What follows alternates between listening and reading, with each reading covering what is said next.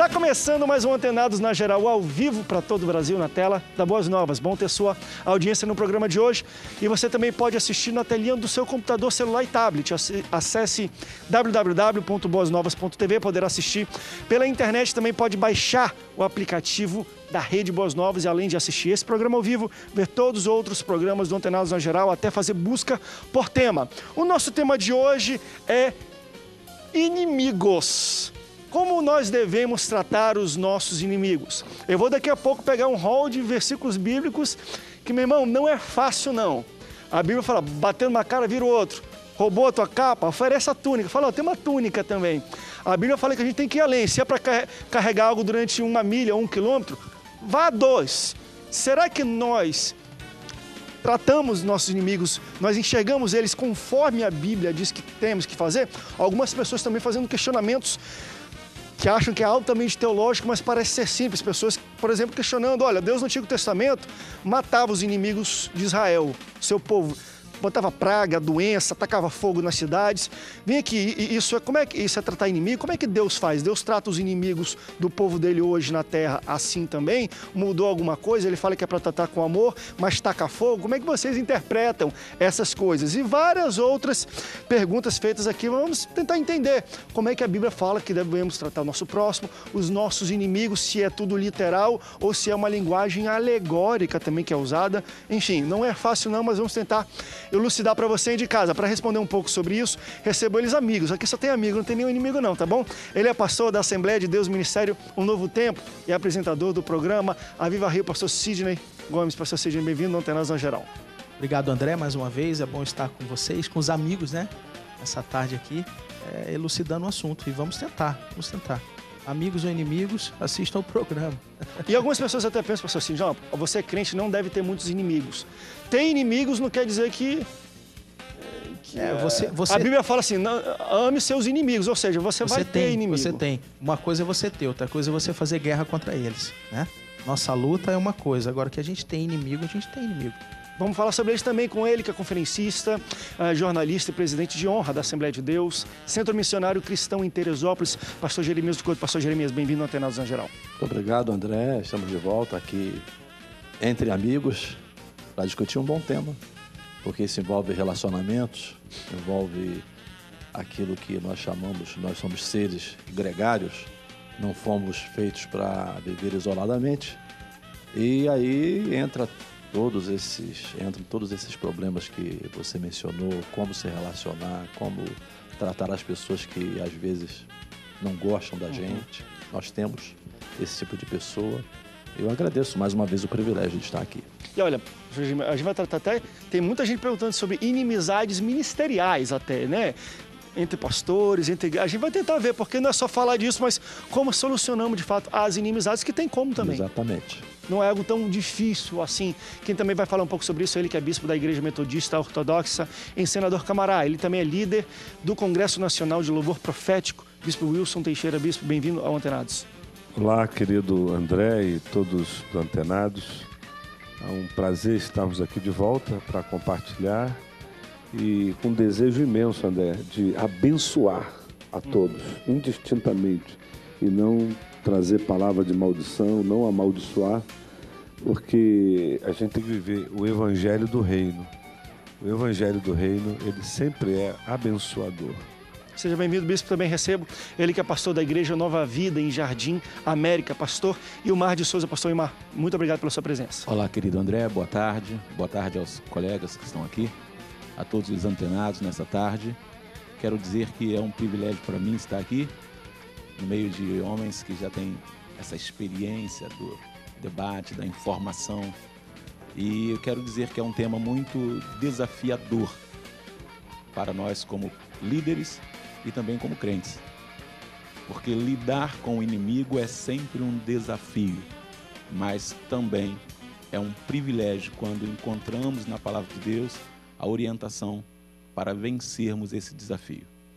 Será um prazer. Maravilha, pastor Mar. Obrigado pela sua presença. Estamos ao vivo para todo o Brasil, então você pode participar durante o programa aqui embaixo. Vou colocar os contatos para você interagir com Antenados na Geral. as redes sociais, Facebook, Twitter, tem SMS, tem e-mail e também tem o telefone. Se você quer entrar ao vivo conosco por voz aqui no estúdio, pode ligar para o número que vai aparecer da sua tela de qualquer lugar do Brasil, fazer uma pergunta, tirar alguma dúvida. Também pode fazer seus comentários, concordando ou discordando daquilo que é debatido hoje aqui no Antenados, na geral. Pastores, eu não vou querer me colocar como talvez o pessimista nesse assunto, mas eu até ouvi, acho que há umas 2 semanas atrás, o próprio pastor Caio Fábio colocou no site dele, foi interessante um pouco da fala dele, mas falou, olha, se a gente, não existe como seguir a Bíblia 100%, mais ou menos foi isso que ele colocou. Claro que ele discursou em cima disso, enfim, ele tem um dom da palavra, não vou nunca chegar perto, talvez, de explicar talvez como ele explicou, mas algumas pessoas resumiram a isso. É impossível um crente seguir 100% a Bíblia, né? E aí muita gente bateu e tudo mais. Eu vou ser um pouco mais simplista e vou trazer para o nosso tema de hoje. Você acha que, e aí eu coloco, é impossível tratar os inimigos conforme a Bíblia diz que devemos tratá-los, principalmente Jesus. Jesus, ele sempre pegava tudo, e as pessoas imaginam que a graça é a facilitação das coisas, mas ele, na verdade, ele sobe o patamar. Ele fala, a lei fala que é olho por olho, dente por dente, mas eu vos falo, enfim, né, se um inimigo te fez, se vinga dele, não, digo, ame seus inimigos, ore para aqueles que te perseguem. Parece ser uma utopia aquilo que é colocado na Bíblia sobre como devemos tratar os nossos inimigos. E eu queria que a gente, de fato, mergulhasse um pouco nisso, porque algumas pessoas, elas talvez erram, pastor Jeremias, na percepção de o que é um inimigo. Uma vez uma pessoa chegou comigo, pegou esse versículo aqui, olha, se te pegarem a capa também, ofereça a túnica. No sentido, André, quer dizer que se vem um ladrão que quer roubar o meu celular, eu falo, não, eu tenho outro celular. Eu falei, a Bíblia não está falando de ladrão, está falando de inimigo. Inimigo pressupõe que você tem algum tipo de relacionamento com ele, mesmo que não pessoal, mas você o conhece, ou teve, em algum momento teve algum tipo de relacionamento. Então, é um grau de intimidade um pouco maior do que um ladrão, um bandido que vai fazer justiça e você quer a justiça, às vezes até a revanche dele. Mas esse é o meu entendimento, não sei se eu estou certo. Um inimigo é uma pessoa que pressupomos que tem um relacionamento com a pessoa da qual ela vai fazer o mal. Ou não. A Bíblia não entra em exatidão nesse claro sentido. que já, como se mencionou aqui, nós temos inimigos mesmo que nós não os construamos. Às vezes são inimigos gratuitos. Uhum. E aí eu vou iniciar lá do ponto onde você começou em relação à Bíblia, que nós não podemos cumpri-la 100%. Eu entendo até as palavras do Caio e como eu vejo, a Bíblia tem princípios. Se você ler o Sermão do Monte, capítulos 5, 6 e 7 de Mateus, que é o resumo da doutrina de Cristo, eu diria que humanamente, é impossível você cumprir aquelas normas, aqueles princípios que Jesus estabeleceu. Claro. Agora, também você tem de olhar que Jesus ali se utiliza de muitas metáforas, de figuras de linguagem, por exemplo, esse aí da túnica. A capa oferece a túnica. Oferecer a túnica, a caminhar mais uma milha, e se você furar o olho direito, cortar a mão direita. Olho por olho, dente por dente. São figuras de linguagem, né, para expressar a atitude que nós temos de desenvolver em relação àqueles com quem nós nos relacionamos. Agora, aí nós vamos ter que desdobrar a questão, porque, por exemplo, você tem de perdoar? É óbvio, isso é bíblico, a Bíblia diz 70 vezes 7. Mas perdoar, no meu entendimento, não quer dizer que você seja obrigado a continuar a andar com uma pessoa que os pensamentos são diferentes, o tipo de comportamento é outro, o tipo de atitude é outro, ou seja, ele tem um caminho, você tem outro. Você não vai guardar ressentimentos, ou tem que trabalhar para isso, não é? Porque esse é o sentido da obra de Deus, da obra de Cristo em nossos corações. Agora, a obrigação de caminhar com essa pessoa, eu creio, e depois eu posso ir à Bíblia, ela não lhe obriga a fazer isso. Lá no Antigo Testamento existe um verso que conceitualmente é muito importante. Diz assim: andarão os dois juntos, se não estiverem de acordo? O apóstolo Paulo também disse: se possível, tendes paz com todos os homens. se possível. Porque às vezes a paz não depende de você. Ela depende do outro. Você quer ter paz. Você busca a paz. Você se interessa em manter as coisas de maneira correta. Mas o outro não se interessa por isso. Agora, André, veja bem. O que a gente percebe é que existe posicionamentos e comportamentos que às vezes vai muito contrário à proposta do Evangelho do Reino. Jesus veio trazer uma proposta comportamental, essa é a verdade, né? De princípios e valores, como já foi colocado pelo querido irmão. Paulo era perseguidor, Paulo era inimigo dos crentes, dos cristãos. E Paulo, de repente, tem um encontro com Jesus e muda o comportamento. E ele passa agora a ser amigo dos cristãos, aqueles que o perseguia, os que passaram a lhe perseguir, ele passou a ter um comportamento de crente com tolerância, porque a proposta de Jesus é a gente mudar o comportamento. Eu entendo também a colocação de que você viver o Evangelho ou a Bíblia 100%,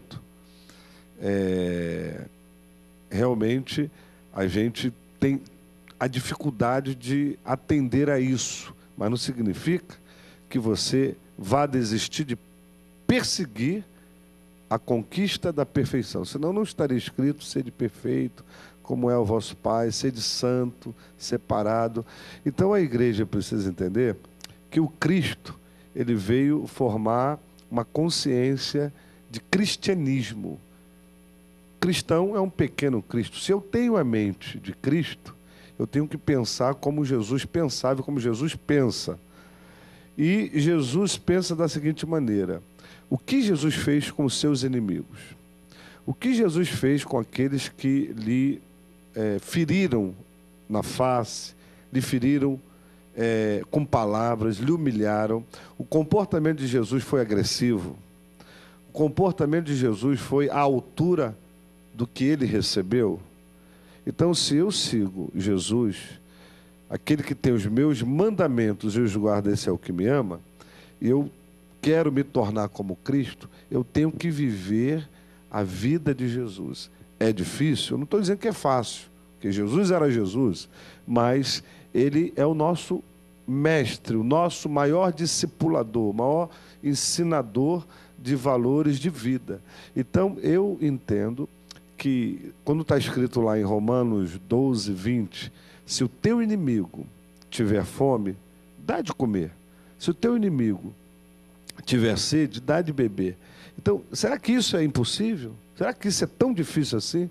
Pode ser que o coração esteja magoado, entristecido, mas quando eu tenho o Espírito Santo que entrou na minha vida, que me transformou e me deu uma capacidade diferente de andar e viver, eu vou conseguir fazer aquilo que a Bíblia, a palavra, me propõe. Vamos para a ligação depois, eu quero voltar nesse tema ainda para a gente estender um pouco. A Nilza, de Paciência, no Rio de Janeiro, está na linha. Tudo bem, Nilza? Tudo bom, Nilza? Como vai? Você me ouve? Mais ou menos. Mais ou menos. Eita, tem algum inimigo aí, né, Nilza? Hã? Tem algum inimigo nesse negócio, né? né? Filha. Ei, Jesus. Mas fala pra gente aí, Nilza. Eu tenho 71 anos, sou viúva, sempre fui uma boa mãe, casei cedo. Tive ela com 2 anos de casada, engravidei dela. Ela hoje tem 53 anos. Ela me trata, ela não quer, diz que não quer nem me ver. E que disse que quando eu morrer, que nem no meu enterro ela vai. Jesus. Eu quero saber o que. E pior que ela não quer falar comigo, que eu queria saber o motivo. Obrigado, Nilza, pela sua participação. A gente não tem nem como, às vezes, aferir alguma resposta, tem que entender, porque, vamos lá, é uma senhora de 73 anos, uma filha de 50, né, não são... 71 anos 70 e a filha de 53. Filha de 53. Eu diria que elas estão até próximas, até do ponto de vista fisionômico, do ponto de vista da maturidade, porque à medida em que você envelhece, né, você custa a diferenciar entre mãe e filha, entre pai e filho. Parece que essa filha carrega muita coisa lá de trás. É provável, tem todo um histórico, toda uma coisa que não é fácil você... Talvez desde a infância. Responder aqui na televisão, não é? Conhecer um pouco esse problema, mas, não dando razão mas à filha. Esse problema, pastor Bispo, não é o único. Não, é? não é isolado, não é ele. Mas agora, pelo menos uma coisa aí. que ela colocou antes da gente ir pro break, depois eu quero ver os pastores, é que ela falou interessante, eu até procuro ela, eu quero falar, mas ela fala não, naquele sentido de, às vezes, a gente quer buscar a paz, mas o outro lado não quer, e a gente tem que entender, dar um tempo, esperar, orar, aguardar um Senhor. André, se a irmã Nilza é crente em Jesus, ela mora em paciência, né? Eu acho que ela tem que ser isso, paciente, orar a Deus para Deus quebrar o coração da filha, talvez um espírito opressor que está aí no meio das duas aí, atormentando, se colocando, trazendo coisas lá de trás, talvez a falta de perdão nisso tudo. Então é orar ao Senhor para Deus fazer a obra, porque às vezes ela está fazendo a parte dela que procurar, né? E não está tendo resultado. Então ela deve agora pedir ao Senhor misericórdia sobre a filha. É isso aí. O Espírito Santo agir. Vamos para o rápido break, depois a gente volta. Olha, na Bíblia não está escrito isso, mas, maninho, se quiser também manda um presentinho para ela, um chocolate, umas flores, para poder dar essa entrada com uma cartinha. Quero conversar com você. Flor e chocolate quebranta a mulher, tá? Vamos para o rápido break, daqui a pouco a gente volta. Não sai daí, o Antenados volta já já.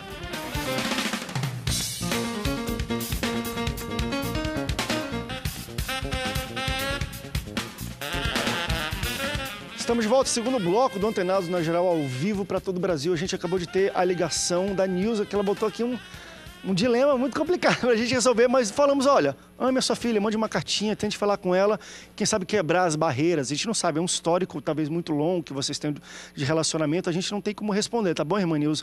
Mas fique antenado aqui conosco durante todo o programa, que nós vamos justamente falar um pouco de como essas coisas acontecem e como essas coisas, essas barreiras derrubam, infelizmente, isso aí se tá derrubam. dentro de um percentual muito grande nas famílias, né? É só um pinguinho aí de muita coisa que acontece aí pelos lares afora. Não só de mãe e filha, mas de pai e filho, filho casado com mãe. Eu inclusive, gostaria de dizer aqui, eu durante muito tempo fui um filho muito trabalhoso. Eu fui aquele filho que deu trabalho para os meus pais. Eu sou filho de uma família de 5. Nós somos 5 filhos, eu sou o mais novo. E todo mundo tem a ideia que o caçula é aquele tratado, né, com todo carinho, Queridinho da mamãe, E eu, na verdade, num determinado momento, era reconhecido como a ovelha negra da família. Mas eu mesmo não entendia por que eu me comportava daquela maneira. Eu sabia que eu trazia dentro de mim uma revolta, uma mágoa, uma ira, um ódio, e eu não sabia exatamente aquilo. Agora, é interessante que eu sou filho de família crente. E somente aos 37 anos de idade eu tive a oportunidade de conversar frente a frente com a minha mãe e entender o que é que trazia entre nós aquela diferença. E ali nós tivemos que nos tratar. Eu perdoar minha mãe me perdoar, minha mãe perdoar meu pai perdoar minha mãe. E hoje nós vivemos assim um momento assim maravilhoso, onde se eu ligar 11 horas da noite para a casa dos meus pais e falar, olha, estou indo para aí, a minha mãe pergunta, você já jantou? Ela se levanta da cama e arruma a comida para mim. Agora, teve que buscar a causa, porque muitas vezes aqui no programa a gente vai falar do efeito. Tratar o efeito não resolve, porque há uma causa que tem que ser compreendida, identificada. Tem que ser identificada a causa e trabalhar, porque talvez essa moça, filha da nossa irmã Nilza, ela traz uma ferida na sua alma, lá de trás, que talvez ela não sabe o momento que foi ferido, nem quem a feriu. Agora, pastor, mas deixa eu levantar uma coisa, e o pastor Jeremias acho que também está com a palavra para falar. Eu gostaria de ouvir nele, porque ele mencionou a questão, e eu concordo, e a gente até vê na Bíblia que se nós temos inimizades e vai perdoar um outro, quer dizer que a gente tem que conviver. Não necessariamente.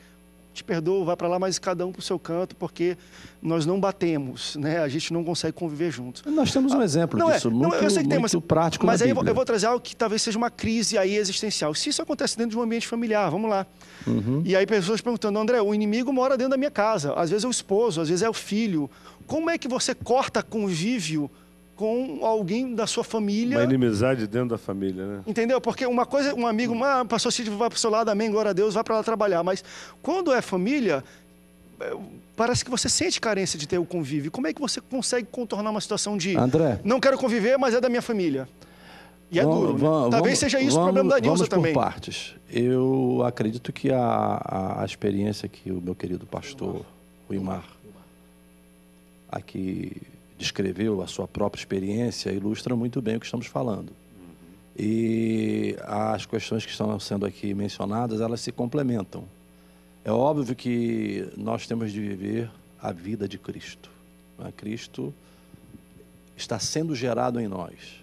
Isso é um processo, isso não é imediato, não é instantâneo, não é estático. É uma vida contínua de aperfeiçoamento.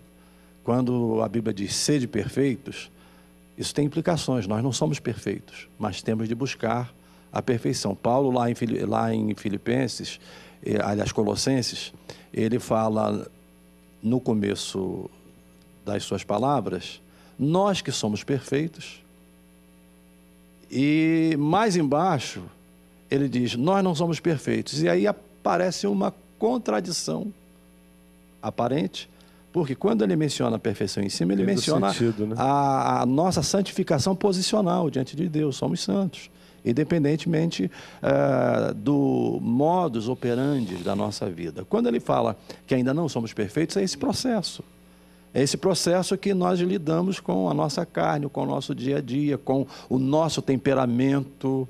Isso vai muito do nosso temperamento, da nossa capacidade de resignar, ou às vezes de sermos passivos, não é? Aceitamos tudo passivamente. E eu também não creio que Deus queira que nós sejamos passivos. Não é? Eu acho que nós temos de confrontar se existe erro, se existe alguma falha.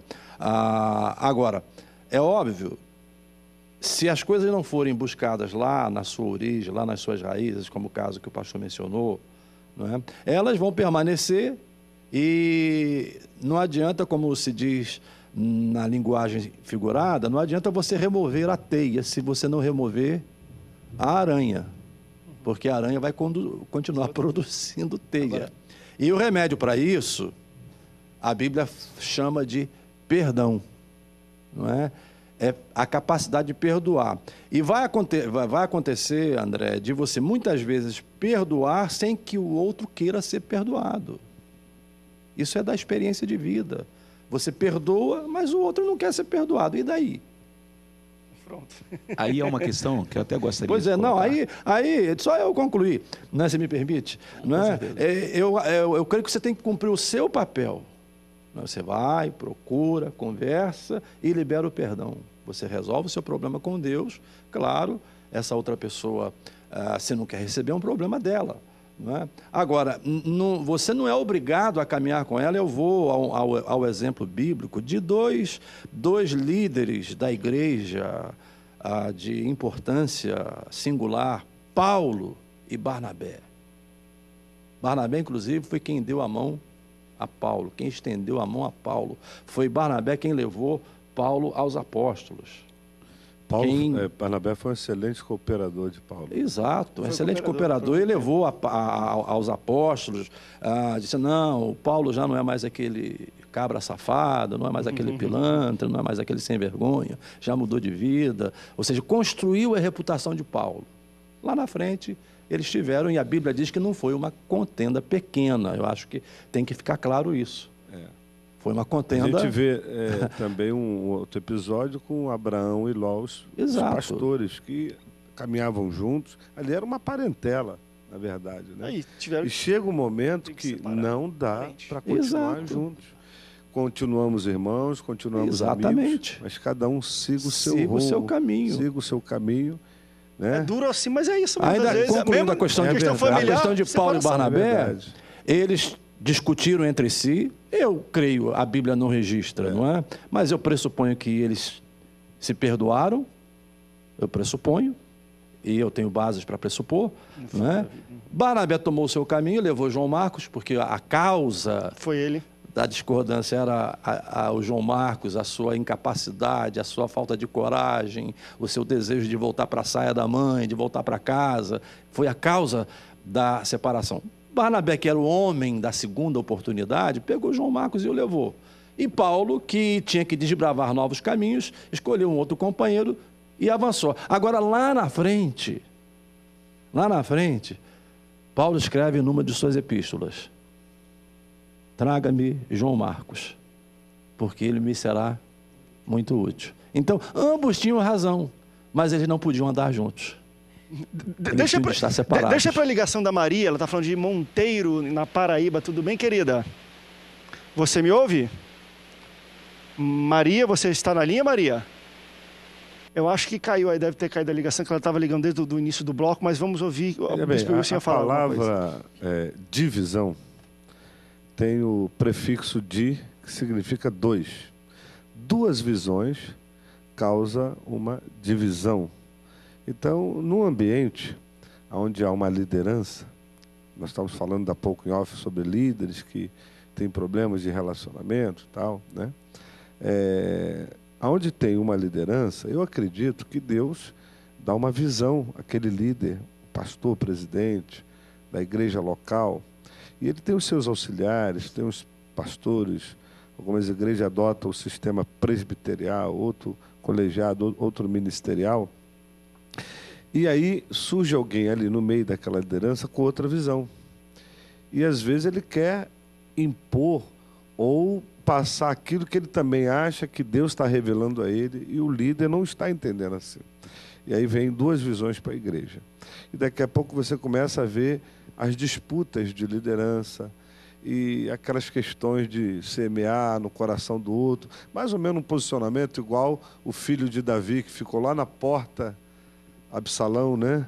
Quem dera que eu fosse como rei, eu ouviria todos, e vai fazendo a cabeça das pessoas, e isso gera inimizades, né? Então, às vezes, os líderes, para resolver o problema, colocam logo para fora.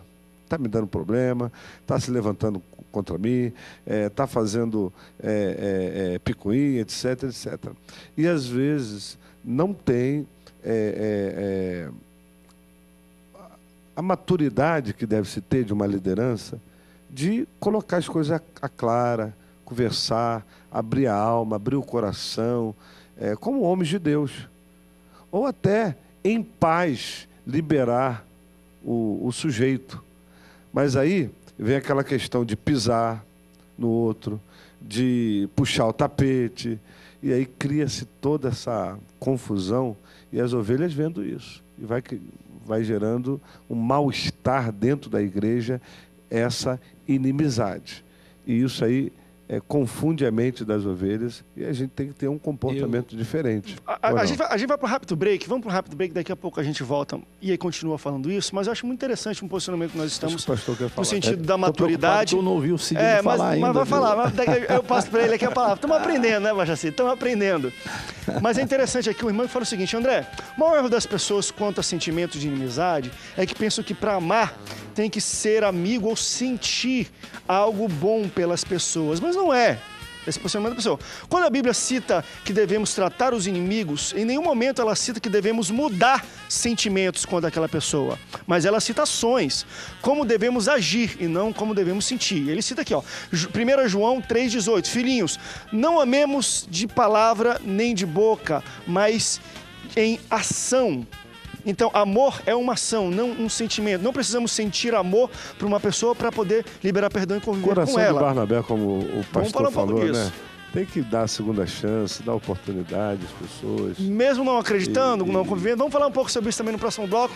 A gente vai para um rápido intervalo, mas eu tenho um recado para você. Veja só.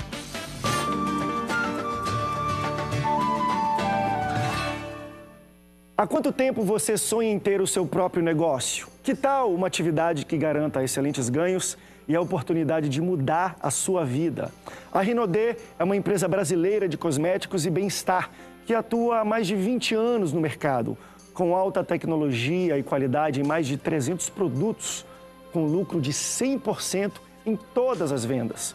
Acesse www.rinodê.com.br e cadastre-se hoje mesmo com o ID 110307. Lembre-se, no site, para se cadastrar, coloque o ID 110307 e torne-se um consultor hoje mesmo. Rinodê, 20 anos fazendo sua vida melhor.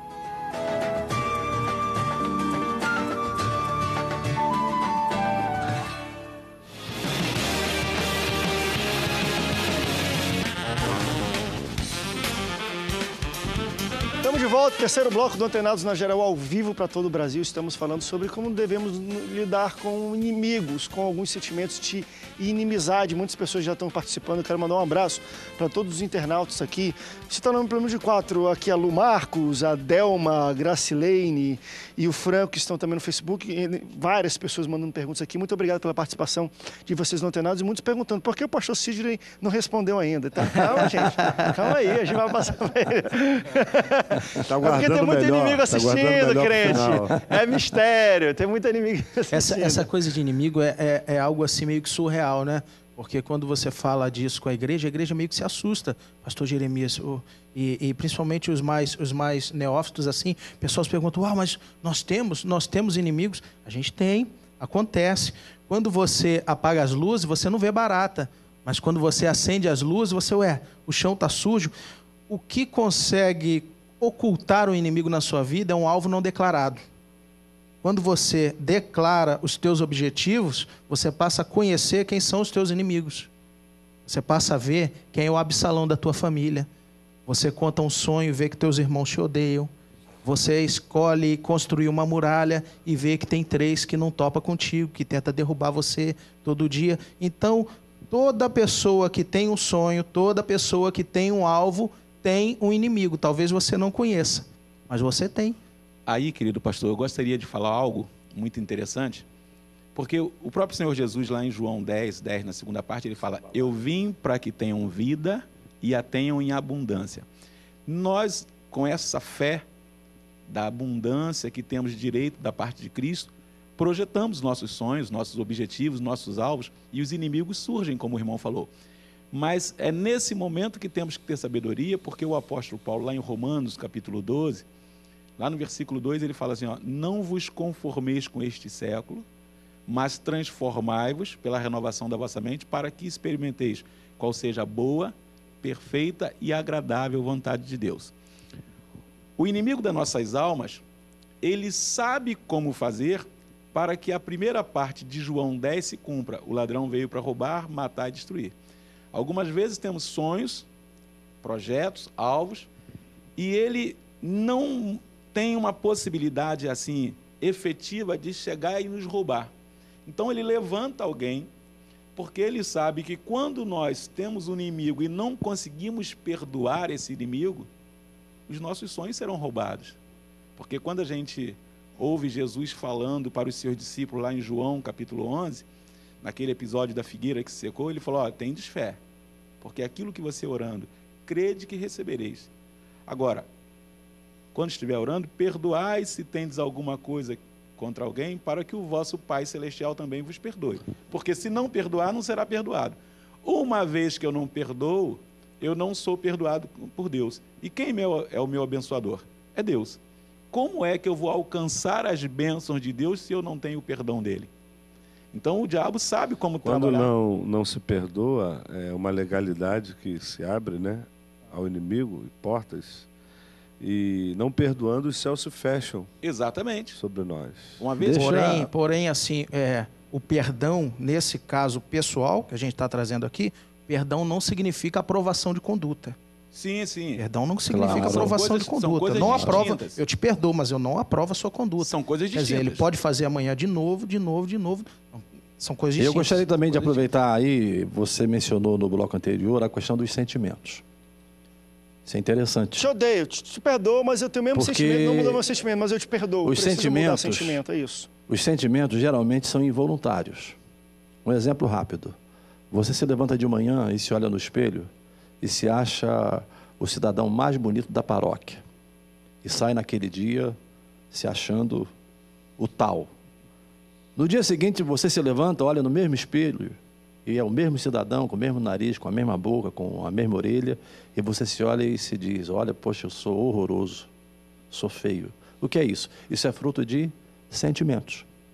Sentimentos voluntários que são gerados pelas circunstâncias à nossa volta. Circunstâncias que nos levam a pensar, às vezes, de forma negativa e a nos condicionarmos pelas circunstâncias e não por aquilo que realmente somos. Por isso a gente precisa pensar muito na questão dos sentimentos, e Paulo é muito enfático nisso quando ele diz: irai-vos, mas não pequeis. Ou seja, a possibilidade de você sentir raiva, a possibilidade de você sentir ódio, a possibilidade de você estar com a sua paciência no limite. Eu, quando vinha para cá... Isso acontece. Quando eu vinha para cá, eu parei lá no guichê do táxi e dei aqui o endereço aqui da Rede Boas Novas, e o cidadão ficou olhando para a minha cara para me dar o preço uns 5 minutos. Eu falei: meu amigo, você tem aí a tabela? Por favor, não inventa moda. Me dá o preço. Eu quero saber qual é o preço. Você compra aí lá e já o sangue esquenta. Aí é o sentimento. O preço aí, lá em cima virou inimigo. Não, mas aí entra... Por isso que as nossas falas aqui se complementam. Aí entra o temperamento controlado pelo Espírito Santo. Não é? Quando Paulo lá em Gálatas, ele ensina sobre as obras da carne e também sobre o fruto do Espírito, e ele diz: andai em espírito e não cumprireis as obras da carne. Veja bem, pastor, a gente, só em nós sermos de Deus, a gente já arrumou um monte de inimigos. Não há dúvida. dúvida. De Deus, arrumou inimigo. Por quê? Não há dúvida. Os que se constituem amigos de Deus, eles vão ter inimigos no mundo. E a inimizade com Deus é quando o indivíduo é amigo do mundo. A amizade do mundo torna-o inimigo de Deus. Então, quem é amigo do mundo e é inimigo de Deus, ele passou a ser meu inimigo. Infelizmente, agora, eu tenho que saber como tratar as pessoas que se posicionam diferente de nós. Né? Nós temos que saber tratar as pessoas que não têm o mesmo sentimento, que não vivem os mesmos valores. Eu estava conversando essa semana que Jesus, ele tinha um alvo no seu coração: os pecadores. Jesus tinha um alvo no seu coração: alcançar os perdidos. E os perdidos se constituíam inimigos do Evangelho, porque viviam a vida pecaminosa, e vez por outra você vê Jesus comendo com os pecadores, com os que eram desprezados pelos ditos religiosos, né? Passavam a ser inimigos dos religiosos. Então, tudo gira em torno de como eu vou me comportar em relação àqueles que pensam diferente de mim, que agem diferente de mim, ou até que me perseguem. E aí, meu querido bispo? Ou até que me persegue, ou até que me injuria. Às vezes, nós temos que fazer ouvido de mercador realmente. Para concluir o raciocínio que eu estava construindo em relação aos sentimentos, nós não podemos deixar que os sentimentos predominem. Porque se você viver pelos sentimentos, você está dentro d'água. Porque, eventualmente, você tem o que nós chamamos de bons sentimentos, não é? A boa emoção, mas existe a má emoção também, correto? Então, você tem que viver pela razão, e isso é bíblico. Rogo-vos, irmãos, pela compaixão de Deus, que apresenteis os vossos corpos em sacrifício vivo, santo e agradável a Deus, que é o vosso culto racional. Culto prestado com a inteligência. Você sabe o que você está fazendo. Então, a razão é aquilo que Deus nos deu como ponto de equilíbrio, claro, não deixando de enfatizar, porque eu sempre tenho dito aqui, desde o início, que as nossas concepções, elas não são isoladas, elas não se colocam em posições antagônicas aqui, elas são complementares, não é? Perdão. O que é perdão? Perdão é esquecer. Agora, não é esquecer nesse sentido de que você agora... Vai apagar da memória, vai ter apagou amnésia. da memória. É no sentido de que isso não vai mais gerar conflitos em você. Sentimentos em você. E a gente pode entender melhor isso com o termo lá em inglês, que você conhece, não é? Que vem da mesma raiz. Não é? Forget e forgive. Forget é esquecer. Forgive é perdoar. Não é? É a mesma raiz. Então, perdão é isso, essa capacidade de você lidar com essas situações, esquecer nesse sentido, não é que você vai agora apagar isso da memória, mas você tem no seu ser triuno aquilo que nós chamamos de ego, de ego e superego, ou de consciente subconsciente ou inconsciente. Quem faz o equilíbrio entre o consciente e o inconsciente, entre o superego e o id, é o subconsciente. É ele que faz esse equilíbrio. Então é pegar essas coisas e jogar lá para o inconsciente de tal maneira que elas não venham mais para a memória como um problema para causar ódio, causar rancor. Paulo diz, esquecendo-me das coisas que para trás Exatamente, ficam, você chegou no ponto prossigo bom. para o alvo. Não significa o indivíduo talvez não apague de vez, mas ele controla aquela situação. Vai para e ele o inconsciente. Porque o perdão nos faz esquecer o mal que nos causaram. Porque se você não esquecer e você sempre trazer à mente, aquilo vai acabar... Mas virar, pastor. Vai acabar vindo de Virar. uma forma... Mas às vezes é que nem cicatriz. Pastor, tem cicatriz que todo eu dia a me gente lembro, vê, mas não dói pastor, mais. Eu me lembro de coisas da minha infância, me lembro de coisas da minha adolescência. Não dói mais. Na Mas verdade, só elas não lembrar. me machucam. Eu sei, Na mas verdade, você não dói trabalha mais. com uma Elas não me situação, machucam. Você trabalha de forma que a situação que o indivíduo causou você consegue dali para frente do perdão conviver com ele. Exatamente. E não ficar toda hora lembrando do que ele te fez ou que ele Não é lembrar no proporcionou sentido de ficar apontando o você. dedo, não é Perdão, lembrar no na sentido verdade- de ficar dizendo, olha, você não presta, você é vagabundo, mas é no sentido de que essas coisas já não lhe causam mal. Você Pastor Jeremias, eu entendo que no mar do esquecimento. O perdão, na verdade, ele traz a cura, mas o perdão ele não oculta nada. Ou seja, você perdoa, você esquece, mas talvez o seu perdão Mas esquecer nesse sentido. Eu sei. Você esquece nesse sentido que o senhor falou, mas o perdão não vai livrar a pessoa de um processo pelo que fez, entendeu? Porque o perdão, ele não traz a ocultação. É como o caso da cicatriz, que ele falou assim, eu estou só trazendo o que a nossa analogia aqui para os nossos dias de hoje, porque de repente o ouvinte em casa, ele entende que você virar outra face é você deixar para lá. Na verdade não é isso. Você não tem ali a mesma reação, mas aquele ato ele não fica oculto. Aquele ato não fica oculto. E vai ter uma reação. Como foi uma ação, vai ter uma reação. Deixa eu falar uma coisa antes da gente ir pro break. Quando você tem um inimigo, alguém, uma inimizade que você não gosta, ele se dá mal, cai de cara no chão, ou tem algum problema com a polícia, sei o quê, a gente fala assim, ó, bem feito. A Bíblia, em Provérbios 24, 17 e 18, diz o seguinte, quando cair o teu inimigo, não te alegres, e quando tropeçar, não regozije o teu coração. Aquele ditado de pimenta no olho dos outros é refresco, está errado. Mas aí uma pessoa leva a lenha e fala, André, não podemos nos alegrar com defeito a justiça contra o nosso inimigo, porque às vezes, ela fala aqui, ó, se alguém nos fez um mal passível de justiça, essa justiça vem a ele. E quais sentimentos devemos ter quando chegar a justiça a essa pessoa? Temor de Deus. Vamos entender o que é esse temor, porque às vezes se o cara fez um mal muito grande e foi para a prisão, a gente fala assim, ó, glória a Deus que ele vai ser preso e vai sofrer na prisão. Que Deus julgou o indivíduo, pode ser eu sendo julgado. Perfeitamente. Eu acho que o temor de Deus tem que vir no nosso coração. Vamos falar um pouco sobre isso no próximo bloco. Não se regozijar. Se Deus fez justiça, adore a Deus. Mas calma, eu só fiz a pergunta, a gente responde no próximo bloco. Então. Adore a Deus. Miriam até dançou. Não estou deixando ele pro próximo bloco aqui. Vamos rápido break. Daqui a pouco a gente volta pro último bloco do Antenados de hoje. Não sai daí, a gente volta já já.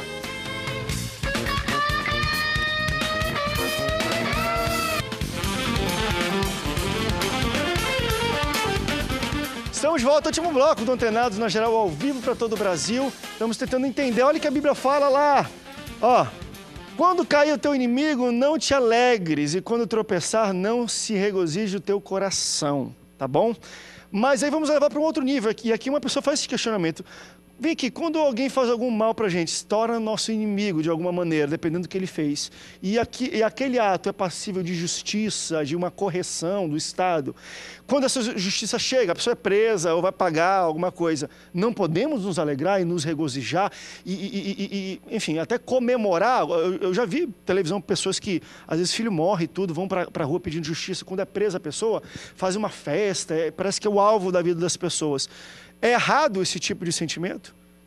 Quando chega a justiça para o cara, mereceu o que ele fez? Deixa eu colocar uma coisa aqui, que é importante, que talvez no meio da crise a gente não consegue parar e ver isso. O quanto os nossos inimigos podem contribuir para o nosso crescimento.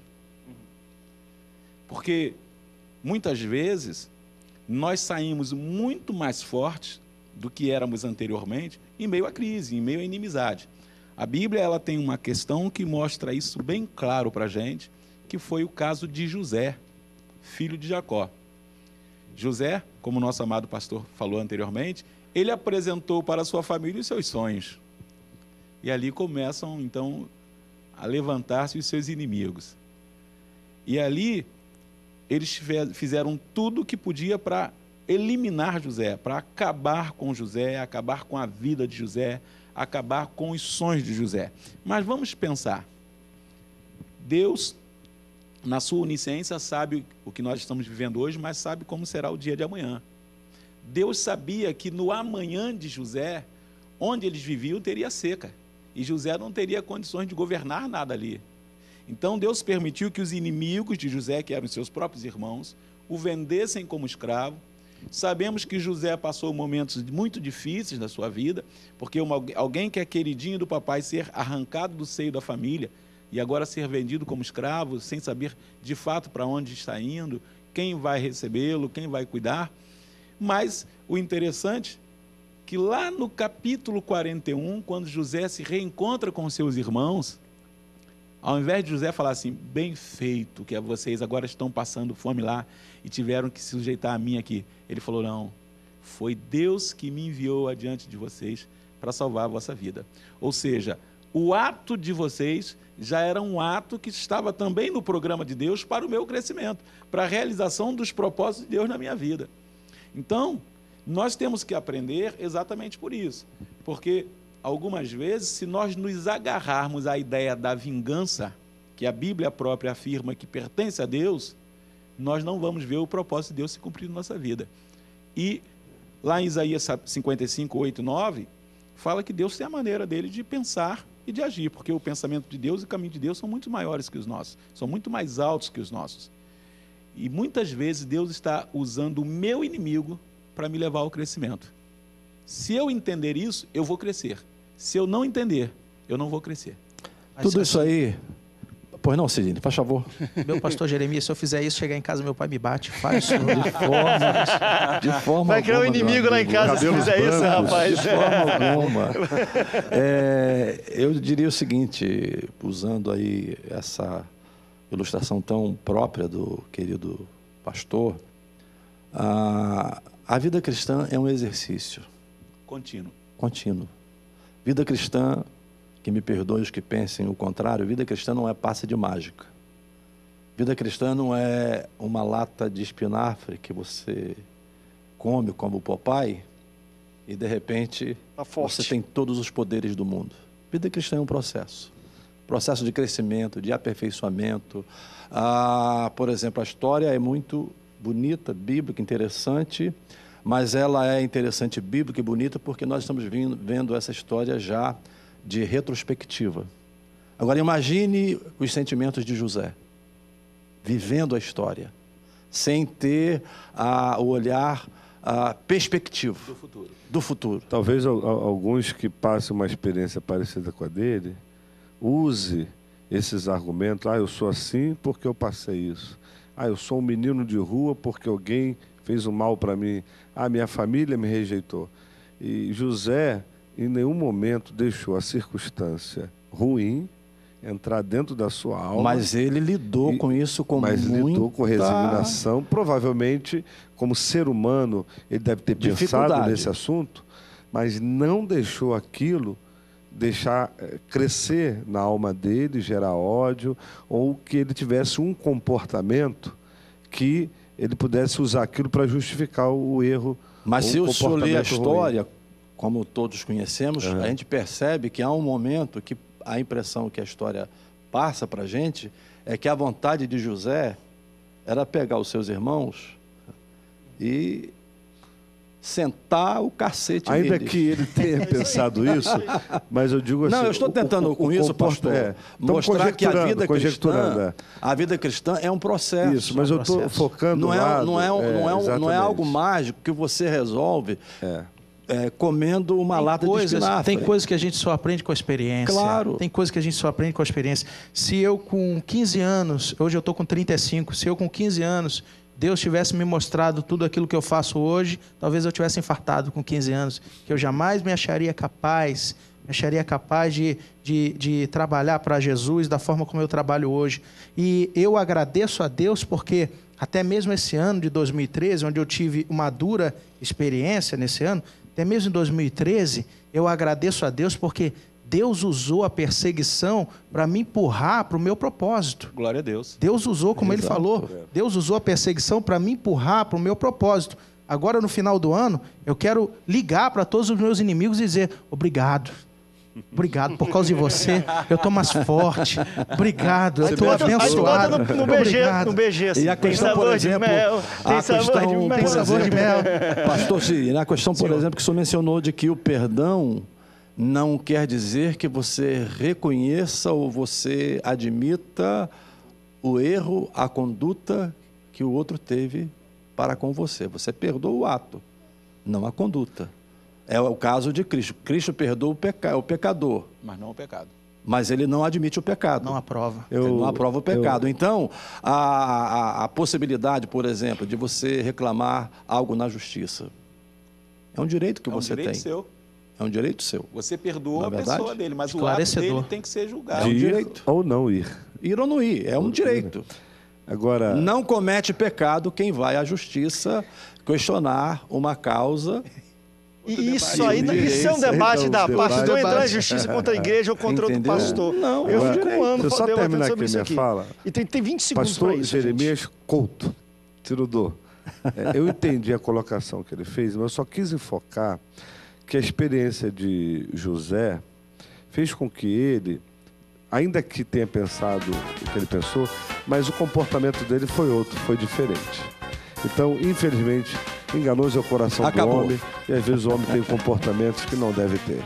Chegou ao final, a gente não conseguiu nem fazer a segunda pergunta, foi a primeira e daí a gente foi embora. Esquentou bastante mas agora, é bom, né? a gente pensa que é um assunto muito simples, mas tem muita coisa para se debater quanto a isso. Pastores, obrigado pela presença de vocês. Lembrando que sábado, agora este sábado às 16 horas. Aonde? Na Crescendo na Unção, em Campo Grande, igreja do pastor Marcelo Brunner. Nós vamos ter uma grande reunião da Rede Boas Novas com os pastores da Zona Oeste do Rio de Janeiro. Se você é pastor, está nos assistindo, vá lá conosco, veja no Facebook. Eu estarei na Nova Vida, aqui no centro do Rio. E tchau, tchau. Obrigado pela sua audiência.